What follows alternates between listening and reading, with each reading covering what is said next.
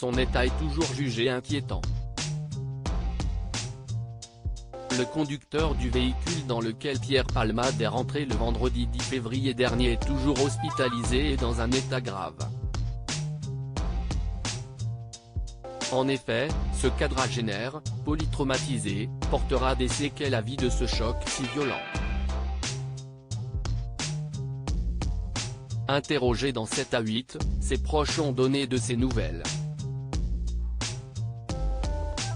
Quand il va sortir de l'hôpital, il sera handicapé à 80%, si est sûr et certain. Il a une famille, il a des enfants, qui va s'occuper de cette famille maintenant? Je demande à la justice française de trouver une solution. Parce qu'aujourd'hui si est notre famille, mais demain cela peut en être une autre. J'ai entendu que Pierre Palmade avait déjà fait des bêtises dans sa vie, mais il n'a jamais été en prison. La famille de la victime a accepté de dévoiler des clichés de ce père de famille et de son fils, âgé de 6 ans, lui aussi dans un état grave, à retrouver dans notre diaporama. On peut ainsi le voir alité, dans sa chambre d'hôpital, une jambe et un bras dans le plâtre, reliés par des dizaines de sondes. Au niveau de son visage, un grand bandage. L'homme a été opéré à de multiples reprises. Est-ce qu'il va se réveiller ou pas? Est-ce qu'il va marcher ou pas? On ne sait pas.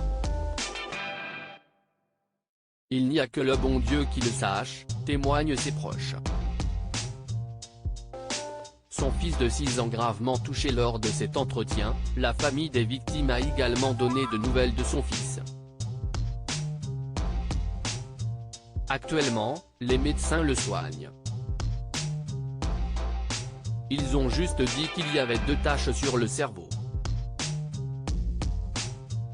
On m'a dit qu'il fallait attendre pour savoir quelles seraient les séquelles pour l'enfant. Le garçon a le côté gauche de sa tête qui est vraiment fissuré. La peau est déchirée. On lui a parlé un peu et il répondait, il bougeait sa main et ses pieds. Il ne pouvait pas faire de phrase ou faire quelque chose de plus long, il avait très mal à la mâchoire. Il faisait des gestes des fois quand il avait trop mal.